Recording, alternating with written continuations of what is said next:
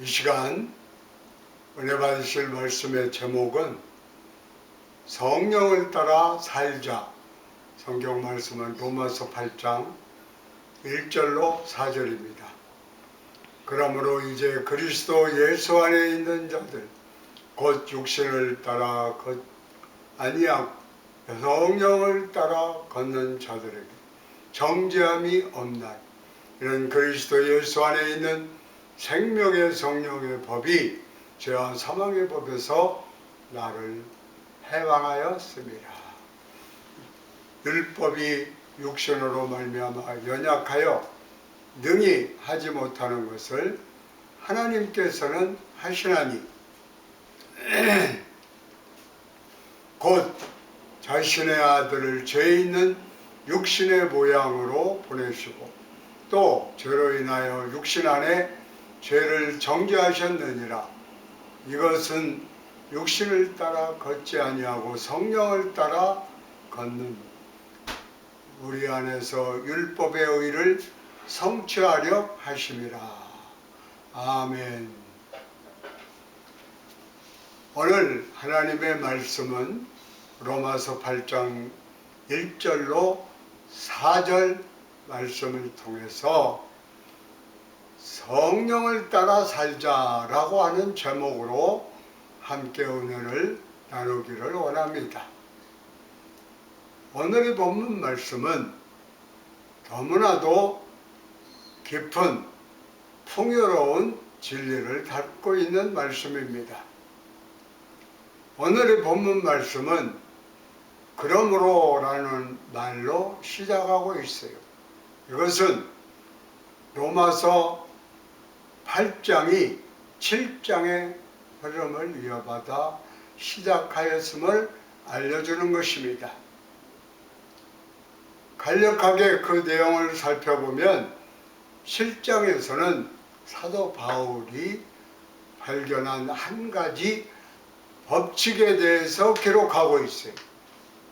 7장 21절 앞부분에 보면은 그런즉 내가 한 법을 발견하였나니 라고 기록하고 있어요.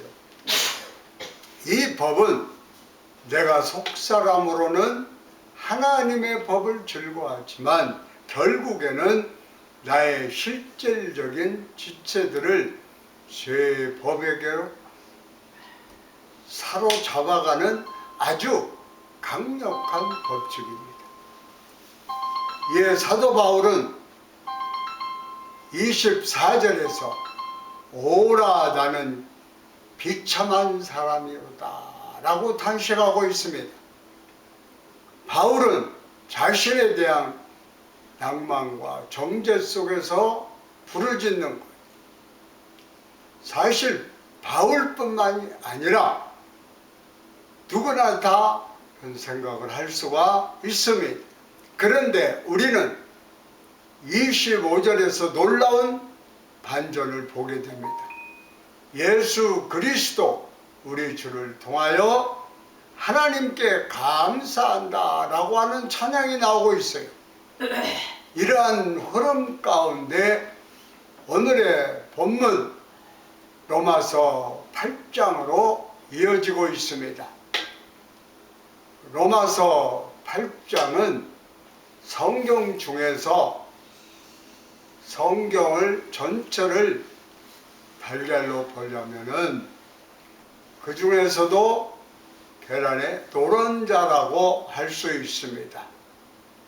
이 본문 8장 1절로 4절의 말씀을 통해서 성령을 따라 살자 라고 하며 더 깊이 묵상하며 나아갈 때 더욱더 큰 은혜가 임하게 될 줄로 믿습니다.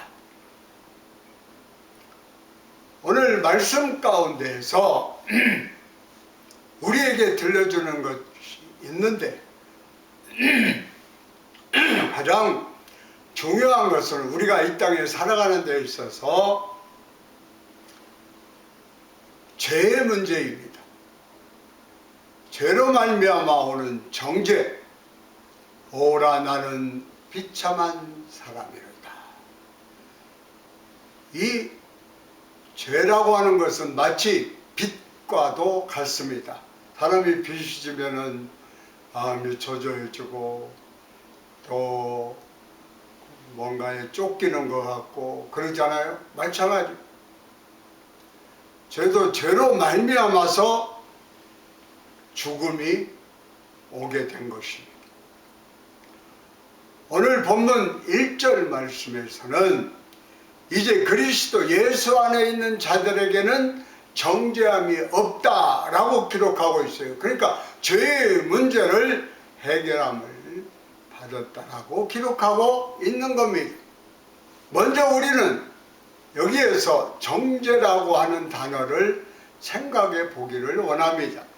우리는 원래 허물과 죄로 인하여 죽어서 하나님의 맹렬한 정죄와 심판 가운데 멸망할 수밖에 없는 더럽고 가증한 죄인이었습니다. 그러나 주 예수 그리스도의 보배로운 피로 놀라웁게 그 보배로운 피로 말미암아 우리가 받아야 할 정죄가 모두 사라지게 됐어요.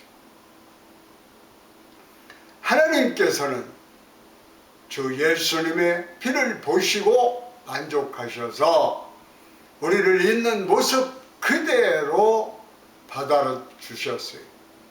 주 예수 그리스도의 보혈이 하나님의 정죄로부터 우리를 구원하신 것입니다. 그런데 우리 앞에는 또 다른 정죄가 놓여 있습니다.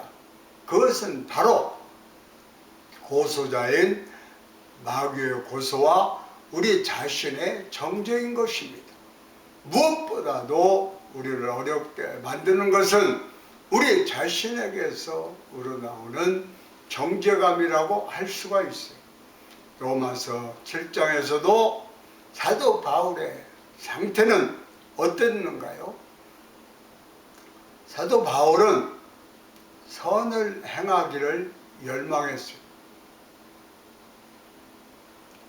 의롭고 영적인 율법의 말씀을 이루고 살아내고자 아주 열심을 다했던 사람입니다.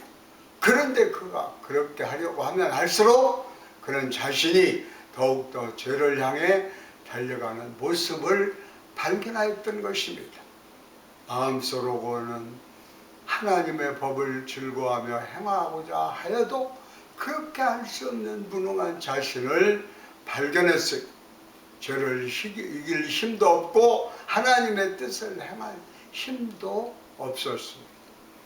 의지와 결단과 노력으로 도저히 승리할 수 없다고 하는 것을 발견했어요. 이내 그는 이렇게 소리칩니다. 오라 나는 비참한 사람이로다. 이 사망의 몸에서 누가 나를 건져내리. 나는 아무것도 알 수가 없구나. 내 마음으로는 진정으로 하나님의 법을 사랑하는데 나는 도대체 왜 이러나? 도저히 하나님의 법을 행할 수가 없구나. 오히려 나는 더욱 죄를 짓는구나. 나는 비참한 사람이로다. 그렇게 봅니다. 우리는 주 예수님의 보혈이 하나님을 만족케 하였음을 깊이 깨달아야 됩니다. 하나님의 정죄가 완전히 거두었음을 우리는 알고 있는 것입니다. 그러나 우리는 때때로 하나님보다 더욱 엄격하게 우리 자신을 정죄합니다.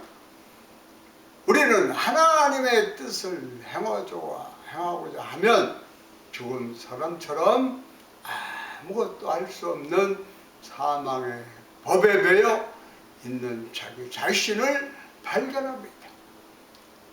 죄를 거절하려고 하면 할수록 죄의 노예가 되어 죄를 짓고야 많은 죄의 법에 매여 있는 자기 자신을 발견하게 됩니다. 그래서 이내 우리는 우리 자신을 정죄하기 시작하는 것입니다.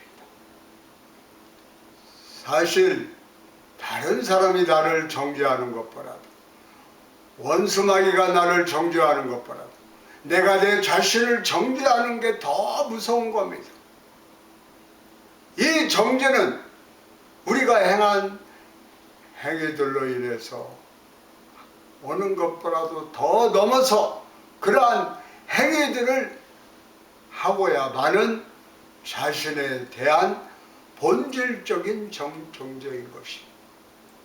그런데 중요한 것은 이 수고하고 무거운 짐, 죄의 짐을 다 해결받았다고 하는 것입니다. 나는 해방하였습니다. 어떻게 해서 참 자유를 누릴 수가 있을까요? 오늘 본문 말씀은 이제 더 이상 그리스도 예수 안에 있는 자들에게 정죄함이 없다고 기록하고 있어요. 그러므로 죄의 문제를 해결하는 것은 예수님 안에 있어야 되는 것입니다. 성경은 우리가 이미 그리스도 예수님 안에 있다고 말씀합니다. 그러나 너희는 하나님에게서 나서 그리스도 예수 안에 있고 예수님은 하나님에게서 나서 우리에게 지혜와 의와 성별과 구속이 되었으니 라고 고린도서 1장 30절에 말씀하고 있습니다. 우리는 이미 그리스도 예수 안에 있습니다. 그렇다면 우리는 이제 정죄함이 없어야 됩니다. 그런데 우리가 때때로 어쩌면 매우 자주 이러한 정죄 가운데 빠져듭니다. 요한복음 15장에서 볼 것 같으면은 주 예수님께서 직접 내 안에 거하라, 나도 너희 안에 거하리라 라고 말씀하고 있습니다. 여기에서 주님은 내 안에 들어오라 말씀하지 않으십니다. 왜냐하면 우리는 이미 예수님 안에 들어와 있기 때문입니다. 주님은 다만 내 안에 거하라 라고 말씀하고 있어요. 이미 그리스도 예수 안에 있는 우리들은 예수님 안에 거할 필요가 있습니다.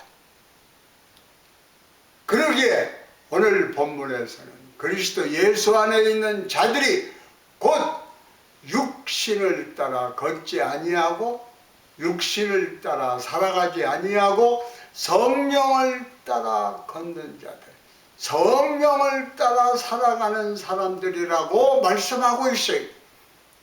그리스도 예수 안에 거한다고 하는 말은 성령님을 따라 걷는다는 말과 같은 말입니다. 2절 말씀에 보면 그리스도 예수님 안에 있는 생명의 성령의 법이 죄와 사망의 법에서 나를 해방하였다, 자유케 되었다 라고 기록하고 있습니다. 나를 해방한 생명의 성령의 법은 오직 그리스도 예수 안에 있는 것입니다. 내가 아담 안에 머무른다면 죄와 사망의 법 안에 있는 것이죠. 그러나 내가 그리스도 예수 안에 거하면 생명의 성령의 법 안에 거하게 되는 거예요. 우리가 육신을 따라 걷는다면 우리는 죄와 사망에 배어 맹렬한 정죄와 탄식 가운데 있게 될 것입니다. 그러나 우리가 성령님을 따라 걷는다면 의와 화평과 기쁨을 누릴 수 있습니다.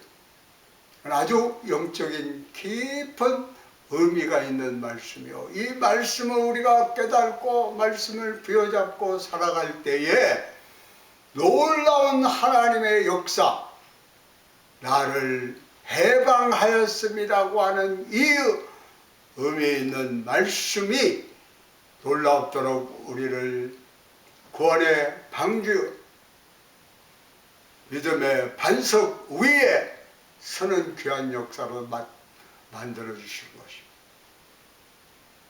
우리는 구원받을 때 주 예수님이 우리를 위해 죽으셨다고 믿지 않았습니다. 우리는 구원받는 순간에 주 예수님이 바로 나를 위해 죽으셨다고 믿으셨습니다.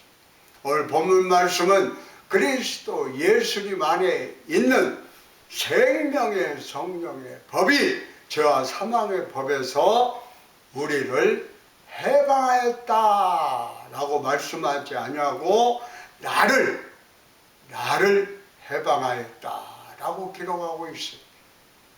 오늘 이 시간 저는 이 말씀을 붙잡고 할렐루야 아멘 하면서 모두가 다 해방되는 여러분과 제가 되기를 원합니다. 하나님께서 나를 해방하셨습니다. 주님께 감사드립니다. 우리 모두가 이 말씀을 굳게 부여잡고 구원의 확신을 가지고 믿음의 반석 위에서는 귀한 믿음의 생활을 해야 될 줄로 믿습니다. 또 우리가 생각해야 될 것은 육신으로는 할 수 없다고 하는 것입니다. 3절 4절은 우리를 어떻게 자유케 하셨는지 좀 더 자세하게 설명하고 이 9절에서는 아버지와 아들과 성령의 사역이 모두 등장하고 있습니다. 아버지께서는 아들을 육신의 모양으로 보내셔서 육신 안에 죄를 정죄하셨습니다. 아들께서는 육신으로 이 땅에 오셔서 죄를 정죄받으셨습니다. 성령님께서는 우리 안에 오셔서 육신의 의를 성취하도록 인도하시는 삼위일체 하나님이십니다. 로마서 7장 12절 14절에 나온 것처럼 율법은 거룩하며 의롭고 선하며 영적인 것입니다. 율법은 그 모든 말씀이 이루어지기까지 1.1획도 없어질 수 없습니다. 주 예수님께서 율법을 폐하러 오신 것이 아니라 이루려 오셨다라고 말씀하고 있습니다. 그런데 우리가 육신 안에서 율법을 이루고자 할 때 우리는 즉시 죄와 사망을 만나게 됩니다. 계속해서 이루고자 시도할수록 계속해서 실패하고 넘어지고 또 넘어집니다. 그리고 우리는 더욱더 깊은 정죄의 수렁텅이에 빠져들고 마는 것입니다. 오늘 말씀 중에 3절에서 율법이 육신으로 말미암아 연약하여 능히 하지 못한다고 기록하고 있습니다. 율법의 의의를 성취하는 일은 육신이 연약함으로 할 수 없다고 못 받고 있습니다. 그 뒤에 이어지는 말씀으로 인하여 하나님을 찬양합니다. 하나님께서는 하시나니 육신으로 말미암아서는 연약하여 능히 하지 못하는 것을 하나님께서는 하신다고 기록하고 있습니다. 하나님께서는 법을 제정하셨을 뿐만이 아니라 친히 그 법을 이루십니다. 오늘 우리가 이 말씀을 부여잡기를 원합니다. 우리가 아무리 필사적으로 발버둥치고 결단하고 노력할지라도 이룰 수 없는 것을 하나님께서는 하십니다. 이 말씀은 참으로 우리에게 큰 위로가 되는 말씀입니다. 그리하여 육신을 용도 폐기하십니다. 이제 우리는 하나님께서 어떻게 하셨는지를 잘 생각해 보아요. 우리가 가지는 일반적인 생각은 내가 연약하여 할 수 없으니 하나님께서 하셨는데 곧 내게 큰 권능을 주셔서 하게 하셨구나 라는 것입니다. 저도 얼마나 이런 생각에 사로잡혔는지 모릅니다. 그러나 오늘의 말씀을 더욱 깊이 묵상함으로 하나님께서 어떻게 하셨는가를 마음속 깊이 새기기를 원합니다. 3절 말씀에 보면 율법이 육신으로 말미암아 연약하여 능히 하지 못하는 것을 하나님께서는 하시나니 곧 자신의 아들을 죄 있는 육신의 모양으로 보내시고 또 죄로 인하여 육신 안의 죄를 정죄하셨느니라 라고 하나님께서 이렇게 하셨어요. 연약하여 능히 하지 못하는 육신을 완전히 폐기해 버리셨습니다. 육신을 소리하고 구축하고 개발시켜서 능히 할 수 있도록 도운 것이 아니라 완전히 제거해 버렸어요. 어떻게 했습니까? 아주 중차대한 일을 위해서 하나님은 독생자를, 예수님을 이 땅에 보내신 것입니다. 주 예수님이 이 땅에 오셔서 십자가에 달리실 때 예수님은 육신의 모양으로 못 박히셨습니다. 예수님이 십자가에서 죽으실 때 예수님은 온 인류의 육신을 대표해서 죽으셨습니다. 주님이 십자가에서 정죄 받으실 때 예수님은 나의 육신을 포함하여 정죄를 받으셨던 것입니다. 예수님이 죄가 있어서 십자가에서 죽으신 것이 아니에요. 바로 나의 죄, 너의 죄, 우리 모두의 죄를 담당하시고 십자가를 주셨습니다. 그리하여 육신을 포함하여 정죄를 받으셨어요. 그래서 주님의 육신이 용도 100이 될 때 나의 육신도 함께 용도 100이 된 겁니다. 그도 더 경건의 신비요 논쟁의 여지가 없도다. 여기 하나님의 깊은 비밀이 있습니다. 그 뜻이 있습니다. 하나님께서 육체 안에 나타나시고 성령 안에 의롭게 되시고 천사들에게 보이시고 이방인들에게 선포되시고 세상에서 믿음받으시고 영광 속으로 올려지사 영접을 받으셨느니라 라고 말씀합니다. 하나님께서 육체 안에 나타나신 이유는 무엇입니까? 바로 우리의 육체를 용도 폐기하기 위함인 것입니다. 육신으로 말미암아 연약하여 능히 하지 못하기 때문에 하나님께서는 육신의 모양으로 오셔서 예수님이 오셔서 모든 육체를 대표하여 예수님이 육신의 모습으로 하나님이신데 오셔서 십자가에서 정죄를 받으셨습니다.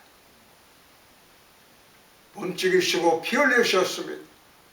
바로 나를 위해서 우리가 실패하고 넘어질 때마다 정죄 속으로 빠져드는 것은 우리가 이미 정죄 받았음을 인식하지 못하기 때문입니다. 우리가 날마다 정죄하는 우리 자신은 이미 주님께서 십자가를 담당할 때에 함께 정죄받고 죽었기 때문에 백이 된 것입니다.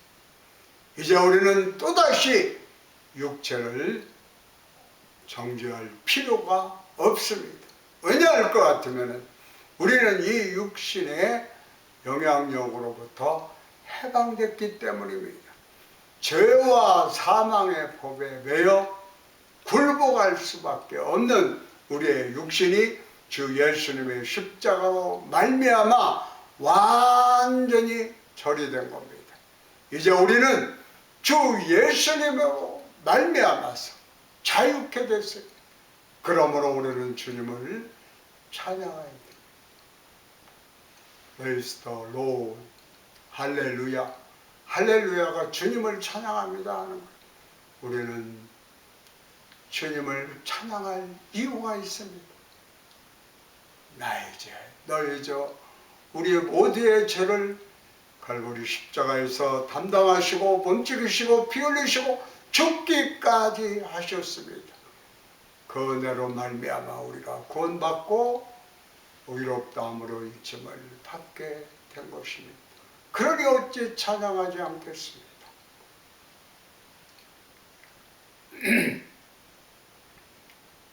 그리고 내 안에 성령께서 역사하게 되는 것. 3절에서 주 예수님의 사역을 언급하시고 4절에서는 성령님의 역사를 말씀하고 있습니다. 그런데 3절의 말씀은 하셨느니라 라고 끝마치지만 4절의 말씀은 하려 하심이라 라고 끝마치고 있습니다.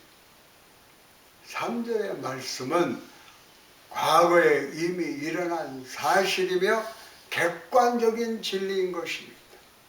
우리는 먼저 이러한 하나님의 사실을 정확히 알아야 할 필요가 있습니다. 하나님께서 어떻게 하셨는지 분명히 인식할 필요가 있습니다. 그리고 이제 우리는 그 말씀을 붙잡고 살아야 합니다. 4절에서는 현재 우리의 삶 속에 실제로 이루어지는 주관적인 체험을 말씀하고 있어요. 우리는 모두 이미 주 예수님의 십자가의 사역으로 말미암아 육신으로부터 죄와 사망의 법으로부터 노임을 받고 해방이 된 겁니다. 이것은 객관적이고도 분명한 사실이요 진리입니다. 하나님께서는 우리를 해방시키고 우리 안에 율법의 의를 성취하시고자 두 가지 사역을 하셨어요. 하나는 주 예수님께서 육신을 대표하여 정죄를 받으신 것이고 또 하나는 성령님께서 우리 안에 오셔서 친히 그 일을 성취하신 것입니다. 먼저는 거침이 되는 육체를 처리한 것이고 이제는 권능의 원천이 되시는 성령님께서 친히 그 일을 이루기 위해 우리와 연합한 것입니다. 이 일로 인하여 우리는 주님을 찬양하지 않을 수가 없습니다. 우리는 다 약하고 무능하여 죄와 사망의 법에 매여 절망과 정죄의 골짜기로 떨어질 수밖에 없는 자들입니다. 그런데 하나님의 자비와 은혜가 나타나서 주 예수님의 십자가와 성령님의 동행하심으로 우리를 완전히 해방시키시고 구원하셨습니다. 주 예수님의 십자가가 자비라고 한다면은 성령님의 동행하심은 은혜인 것입니다. 연약하여 할 수 없는 우리를 위해 그리스도께서 죽으셨습니다. 로마서 5장 6절에 우리가 아직 힘이 없을 때에 그리스도께서 우리를 위해 죽으셨다고 기록하고 있습니다. 성령님께서는 권능으로 우리에게 임하셔서 하나님을 섬길 수 있는 힘과 지혜를 주셨어요. 이제 우리는 마음속에서부터 원하는 선을 행할 수 있는 능력을 가지게 되었습니다. 과거에는 마음으로는 원하여도 실제할 수 없었던 일을 할 수 있게 되었다 하는 것입니다. 이러한 일은 우리 자신에게서 나온 것이 아니라 모든 것이 다 하나님께로서 나온 겁니다. 하나님이 하셨습니다. 육신으로 말미암아 연약하여 능히 하지 못하는 것을 하나님께서는 하시나니 우리를 위해 큰 일을 행하신 하나님께 감사와 영광을 돌립니다. 또한 하나님을 찬양합니다. 결론적으로 말씀드립니다. 우리는 그러므로 성령님을 따라 걷는, 성령님과 함께 살아가는 우리 모두가 되어야 되겠습니다. 이제 우리 앞에 놓여진 길은 무엇입니까? 성령님을 따라 걷는 것입니다. 미세한 성령님의 음성을 듣고 순종하여 살아가는 우리 모두가 되어야 되겠습니다. 4절 말씀을 보십시오. 성령께서 우리 안에 육신의 의를 성취하려 하신다라고 분명히 기록하고 있습니다. 그런데 우리 앞에 어떤 말이 붙여 있습니다. 육신을 따라 걷지 아니하고 성령을 따라 걷는 우리라라고 기록하고 있습니다. 사도들이 다만 성령님 받기만 하고 그분을 따라 순종하여 걷지 않았다고 한다면은 사도행전의 역사는 없었을 것입니다. 사도행전은 또 다른 이름으로 말할 것 같으면 성령행전이라고 우리는 알고 있습니다. 성령님을 따라 온전히 걸어갔을 때 일어난 행적을 기록한 것이 바로 사도행전입니다. 오늘 우리도 사도들과 같은 한 성령님을 모시고 신앙생활을 하고 있습니다. 대만은 성령님을 모시고도 세상으로 떠나갔지만 사도 바울은 성령님으로 말미암아 목숨을 걸고 선교하기까지 주님을 따라갔습니다. 우리는 모두 그리스도 예수 안에 있고 성령님을 모시고 있습니다. 이제 우리 앞에는 주 예수님 안에 거하는 것과 성령님을 따라 걷는 길이 놓여 있는 것입니다.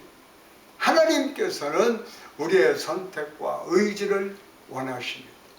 우리에게 능력은 없지만 하나님께서는 우리의 선택을 보십니다. 우리가 성령님을 따라 걷기를 원한다면, 성령님과 함께 살아가기를 원하면은 성령님께서 친히 우리 안에 오셔서 성령님의 역사하심을 성취하시는 것. 오늘 주님의 말씀을 부여잡고 하나님 앞에 간절히 부르짖어 기도하여 성령의 충만함과 재충만함을 받아야 되겠습니다. 성령님을 모셔드리고 환영하고 의지하며 살아가기 위해서는 나의 아집, 나의 교만, 육신의 생각을 다 십자가 앞에 못 박고 회개하며 통회하고 자복하고 하나님 중심대로 살려고 마음에 각오를 하고 하나님 앞에 부르짖어 기도하고 주의 인도함을 받고 성령의 인도함을 받으면, 성령의 권능을 받게 되면 하나님의 능력에 힘입어서 하나님의 사람, 하나님의 자녀가 되어서 우리가 예수님 자랑하며 가족을 부활시키고 일가 친척을, 우리가 사는 지역을 변화시킬 뿐만이 아니라 전 세계를 변화시키는 귀한 역사가 있게 될 줄로 믿습니다. 그러므로 성령과 함께 살아가시기를 바랍니다.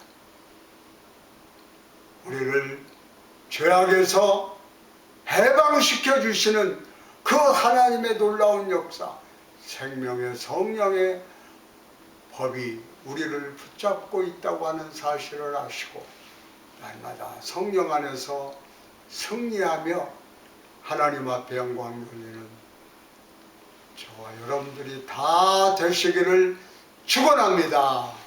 아멘. 할렐루야.